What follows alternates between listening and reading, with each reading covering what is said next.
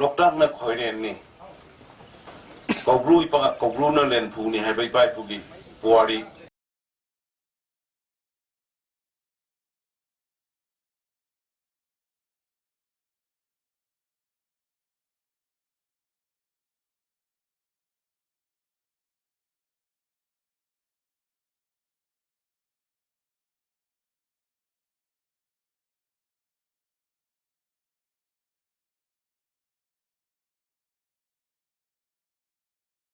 nungai de sem la ku je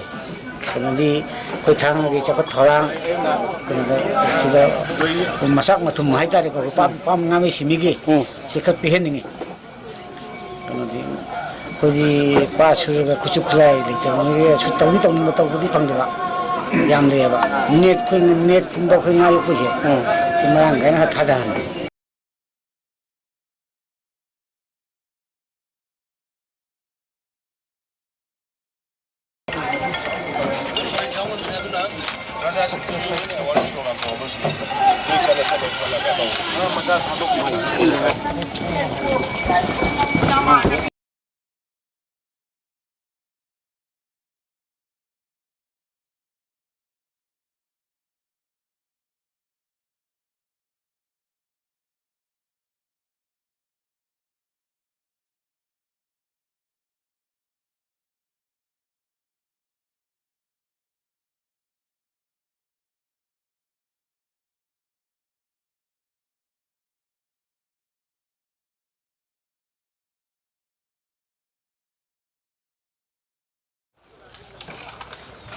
umang wamang phajana yokhalaga thamjay bani paat se phajana kallaga thamjay bani nga si poli myam se mayam chana namne koi jana mate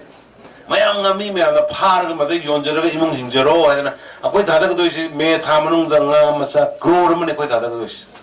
1 crore masi se yara ga dei nei sil na mayam da farmers sing dai question ngi angang no bising warak yo phajana awareness of yo nga masa phadok pi gno lang thara ga in tho donga masani na pha badu madu to wino haro kai gum in ching badu yawra ga su ayuk panga si di amon na thada gi ba adagi mana please stop electric sin ranga pha badu pi ko electric sin ranga nga pha ba singa di amaka phai madu na shiori go mayam do nga mayam do adu matam sana pokatra mina nga su pad ga mangi hanak sahi manga se loi ne police na kanano politician na kanana phabata buno kanana patana mota buno do handaki sahi manga se loi thol kani who loi thol kani adu sidan lam khopsen su yaw buni ko section joko lam khopsen ba loktak kanji ko loktak na khoire ni kobru na len phu ni hai bai pai pu gi puari Kanglai Paksi, Imali Paksi, Manipur, Shamak Pada, Puari, the Yaurga. Kobru Panena, a quick lampuna, a queen Lamisha, Umung Kobrugi can put my arms in a Langri. Loktak Party sings the lady, a quick new biggie, Coca, calling a leg in Avenue. Sigi Loven with a quill order. Kobru, Coblera. All them pools you won't take out them, some of the whole they don't. I demand try the book of Holy Kobru the Pula Pulo. Aduna, I quite just, I quite with conviction, with commitment. I'm silence of a top neck, I think I'm top neck. Adu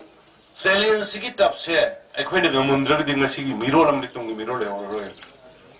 I quite high wishing the guy didn't be raw.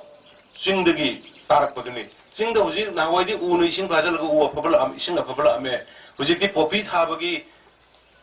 Gonogi, Har Mayam, fertilizer Mayam, Tum Mayam, to me Mayam, fertilizer Mayam, Mahini Sitarak and the Loktak Winner. Water supply shematation. Adugi, fertilizer, who your Mayam to live and see Patur in the Celiba, Kapopi to rail the Celiba, Tawal to in the Celiba, Adu never winning as it is. We never thought about anything. I put you doom Hadani Himba, Siragan, Hang Basalusilo, Sorani, Karmani, Ua, Nakapamani, Goga, White Congo. Kamina Sokara, Kamina Sirino Japan in a deal. Laina Matung Kang the Bugano, put in a race. Namasin kun manga mo extinct tawe ji kari maram dagin mi khudi mo tulen dal oi haido ko ja hina bi oi tawe ai yong de ki batin nang ka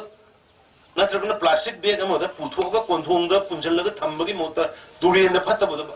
haidaram baduna ikoi culture woye ba krai de civilization no sapoli ga ji krai do lari haide ji krai da haide no akoi lari haide sapoli ji krai de sapoli no card car तो मगर नुंगाला का नंबुल तो फटा बड़ा haute outie थादर लिबा मिदो लाइडिंग head civilisation ले रहा है तो लिब्रो कोन मोय दुनी ने एजुकेटेड इलिटरेट ने इन wide nga gi pothop manipur da 400 crore gu mani mapan chali se ai nan hai gre hoje koi nan kup no hone ba kan da koi 100 crore mukti last 4-5 years da koi recover to ngame adu hujik se koi 300 crore gu magi pusal ye adu ke fishery department na makhan makha yam ba start ta kari da kai da tor kana koi ne pi loan encourage tori ba se tor ga di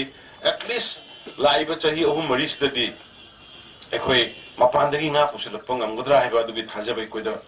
leiraga koi hono jabani aduna koi gi maru ina loktak ya koi bada lebiri bisin lauksin maina singaga nga phabi gano loktak da incross obi gano sing thugai bi gano